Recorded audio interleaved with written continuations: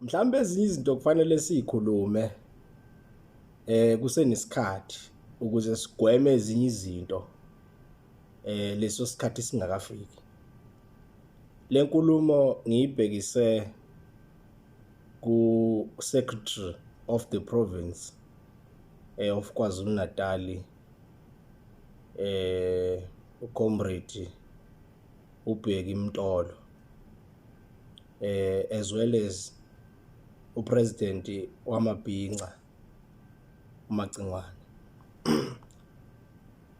Ngiyacela ukuveza lo mbono.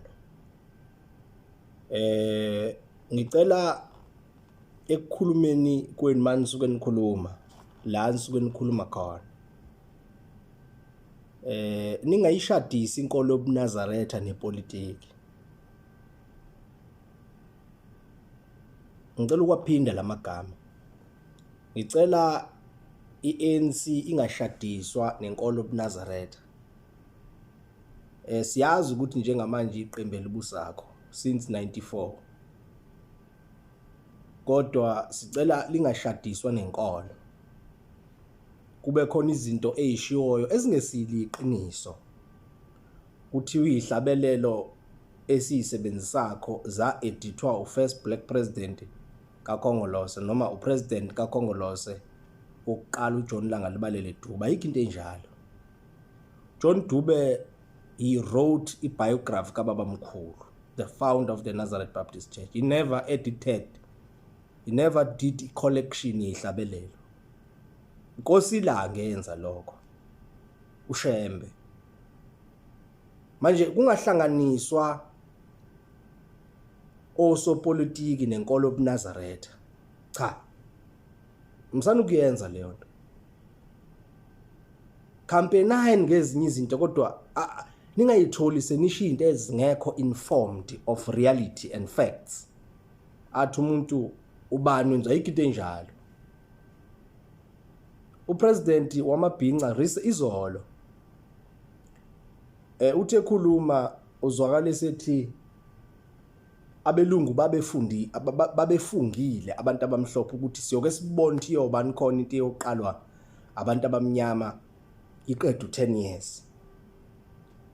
Ubese mention ke iANC nebandla laseNazaretha. Uthi lezi zinto zombili msana ukuyenza leyo nto. Msana ukushadisa ipolitiki nenkolo. Noma ingakuthiwa iliphi iqembu, alikho iqembu elinelungelo lokuyishadisa neNazareth Baptist Church ikakhulukazi ebuhleni. Ngoba nifuna ni create isithombe sokuthi amaNazaretha asebuhleni somewhere somehow ANC, or if uthinta iNazareth Baptist Church uthinta iANC, if uthinta iANC uthinta iNazareth Baptist Church, ngoba phela lezi zinto zombili izona okwafunga ukuthi kuyoke kubonakala ukuthi khona into yoqalwa abantu abamnyama bese iqedwe 10 years bese kuthiwa ilama organizations omabili. Umsana ukuyenza leyo nto. Umsana ukuyenza leyo nto.